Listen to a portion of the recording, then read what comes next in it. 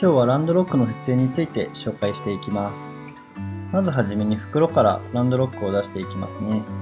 こちらがインナーテントになります。そしてこちらがシールドルーフです。で最後にその白大きいフライシートですねを取り出していきます。そしたらコンプレッションベルトを外していきます。そしてもテントを広げてるんですけれども、ちょっと早送りしているので画面揺れがすみません。このテントを広げるときに、こちらですね、サイドドアパネルとベンチレーションがついている方が前側になるように広げていきます。今イラストみたいに半分に折れている状態になっているので、次のイラストのように広げていきます。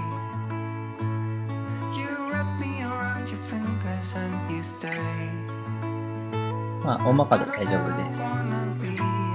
ランドロックのポール、こういう風に使うようになっているんですけれども、一番初めに A フレームリッジポールっていうものを使っていきます。でこの今イラストでここって書いてあるところで位置を確認してもらうといいんですけれども、スリーブに通していきますね。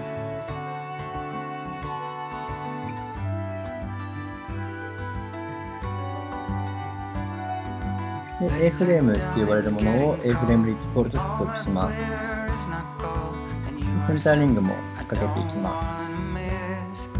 でこの時にこちらの黒いプラスチックフックを装着しておかないと、後からつけようと思ってもなかなか届かないことがあるので、今つけておいた方がいいかと思います。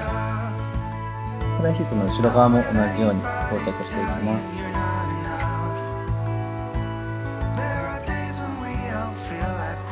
そしたらセンターフレームをスリーブに通していきます。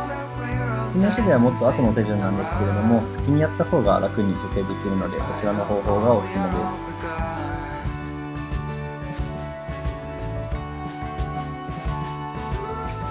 ランドロックではソリッドステーク30が14本、フライシート用ですね。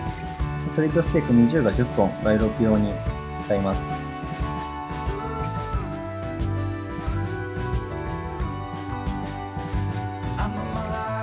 そうしましたら A フレームとロックピンを接続していきます。ポールにシールがついているので、これのロープと色を合わせてもらえるといいかと思います。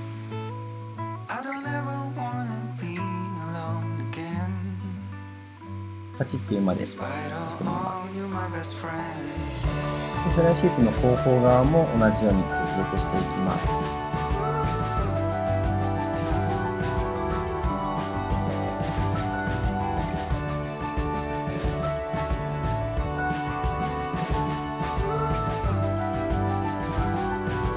仮止めをしていきます。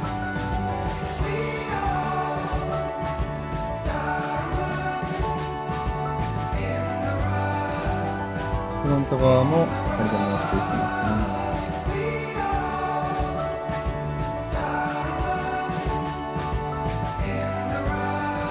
動画だと奥まで打ち込んじゃってるんですけれども、そこまで打ち込まなくても大丈夫です。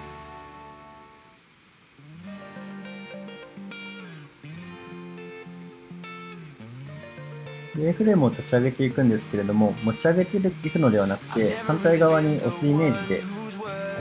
押していただければ、こういう風に立ち上がってくるので、このように立ち上げてください。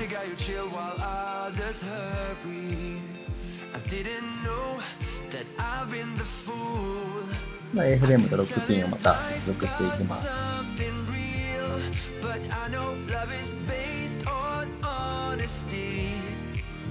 フライシートの後方側も同じですね。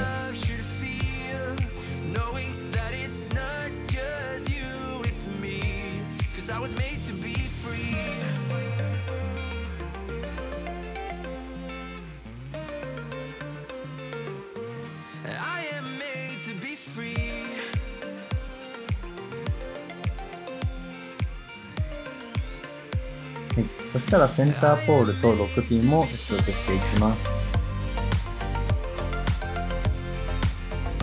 こちらは赤色の紐とポールですね。反対側も同じように接続していきます。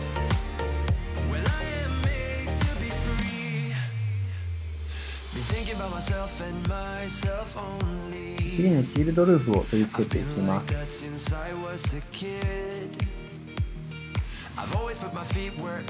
この時つける位置間違えちゃってるんですけれども、2個目の黒いフックのところにかけるようにしてください。シールドルーフは裏返してからひっくり返してつける形になるので、このようにして裏返したところで正面がになるようにお願いします。この時 C フレームをピンに差し込む前か C フレームをスリーブに通す前に設置した方がやりやすいです。C フレームを通すときには A フレームの外側に来るようにしてください。C フレームとロックピンを接続します。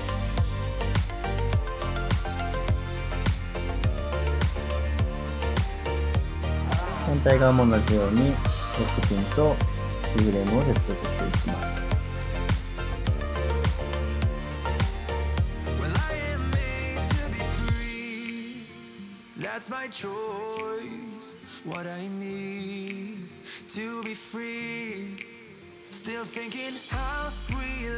この時にシールドルーフの端忘れないうちにつけておくといいかなと思います。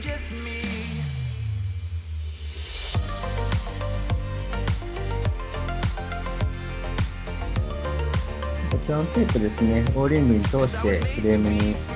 けていくんですけれども、こちらも後ろ側の C フレームを通してからでも大丈夫です。後ろ側の C フレームも通していきます。この時も必ず A フレームの外側に来るように気をつけてください。ロ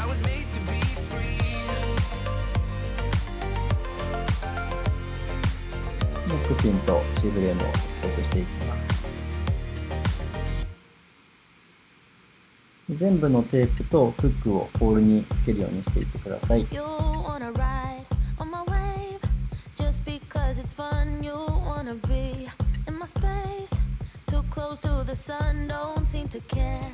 今の様子を一周回ってみてます。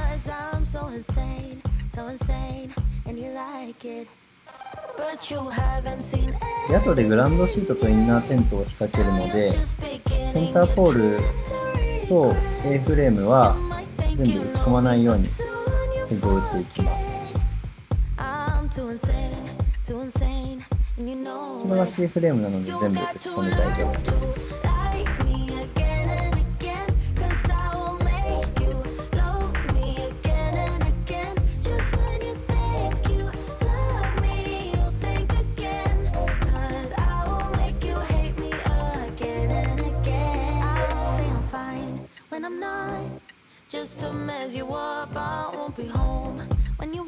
次に A フレームをペグダウンしていくので、こ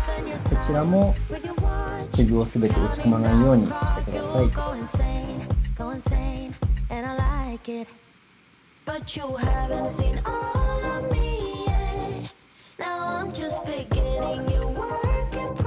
次にフロント側の C フレームをペグダウンしていきます。フロント側は外に何も引っ掛けるものもないので、全てペグダウンしてしまって大丈夫です。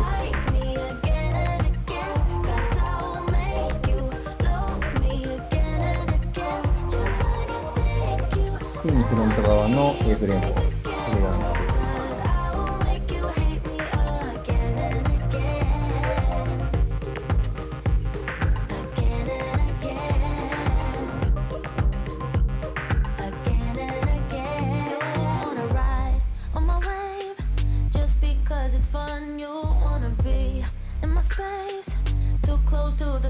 次に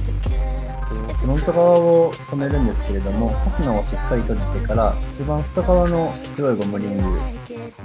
こちらですね、をペグダウンしていきます。内側で留めちゃうと跳ね上げができなくなってしまって開かなくなってしまうので、必ず外側を留めるようにしてください。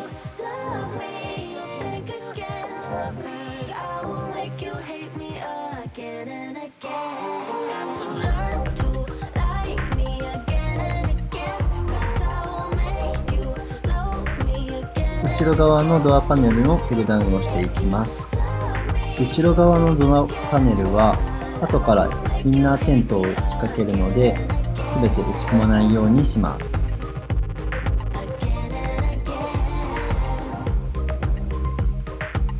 反対側も同じようにペグダウンしていきます。ちょっと動画では省略させていただいています。このオーリング付きテープのポールの巻き方は特に自由になっていますが、私はこのようにやっているよっていう形で紹介しています。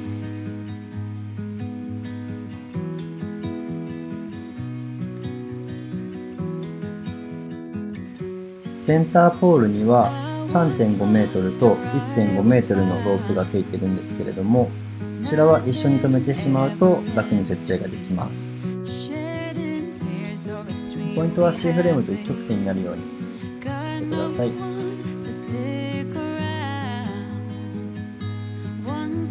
ちらのオーリング付きテープも A フレームと C フレームに巻きつけていきます。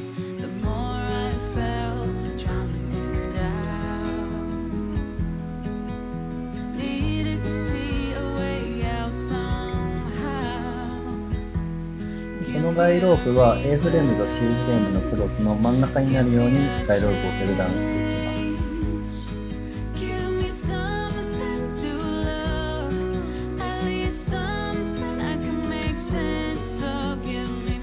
パネル部分のガイロープはこちらの黒いテープと一直線になるようにペグダウンしていきます。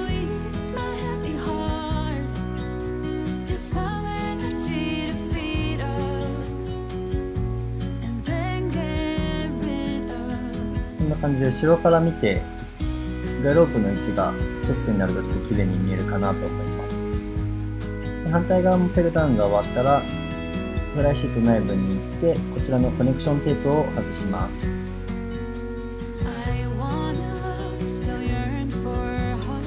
コネクションテープをしまうこ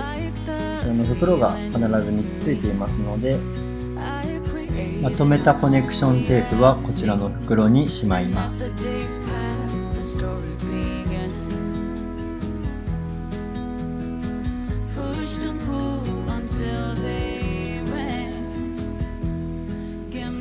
こちらは前室になるので外したんですけれども、寝室側のコネクションテープは別に外さなくていいのかなと思って私はいつも外しません。次にグランドシートを広げます。イラストのように台形になっているので、釣りがすぼまっている方が後ろ側になります。グランドシートはシームテープがついている方が下になります。グランドシートの端についているゴムはセンターフレームと A フレームとパネル用のペグに引っ掛けます。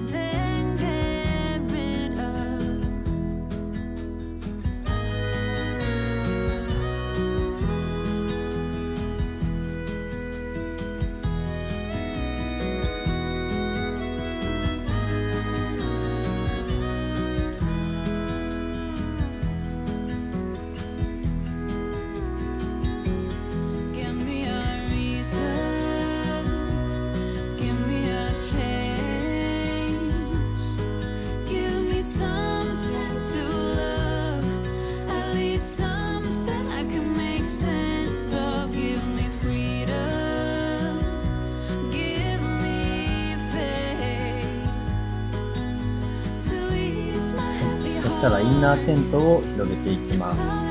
インナーテントを広げるときはスノーピークのロゴがテントに向かって右側前方に来るように広げていきます。こちらですね。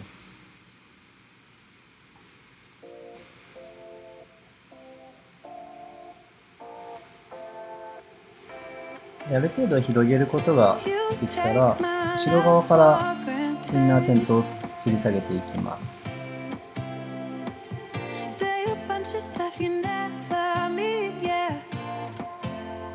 一番初めに真ん中から吊り下げます。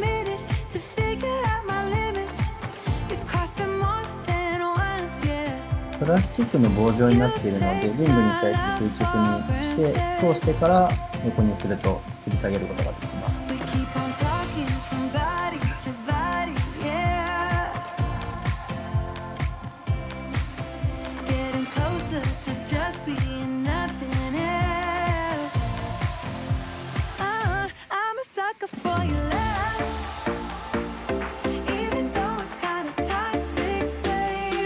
真ん中の列のインナーテントを吊り下げていきます。こちらも棒状になっているので同じように設置してください。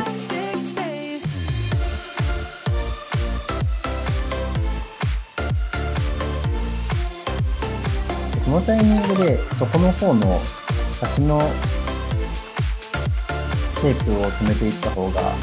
早いですしやりやすいです。ちょっとこの動画では見やすいように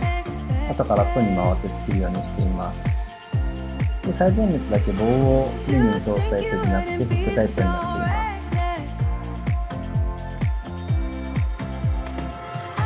こんな感じでフックをリングに通してください。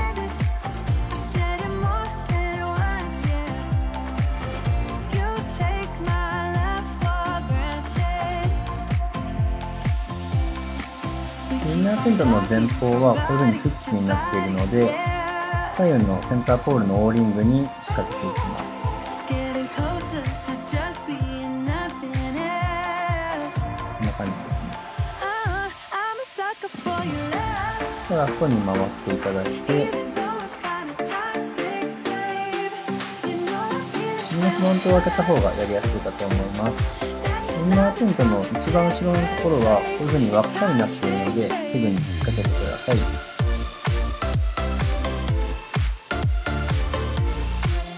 真ん中の列の表面のフックは上フレームの O リングに引っ掛けてください。反対側も同じように固めていきま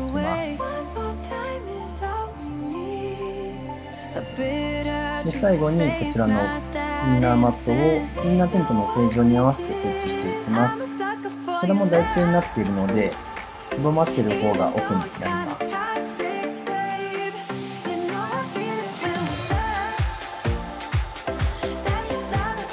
で最後にインナーテントのこちらの前室側にペグダウンできる場所があるんですけれども、こちらはお好みでペグダウンしてください。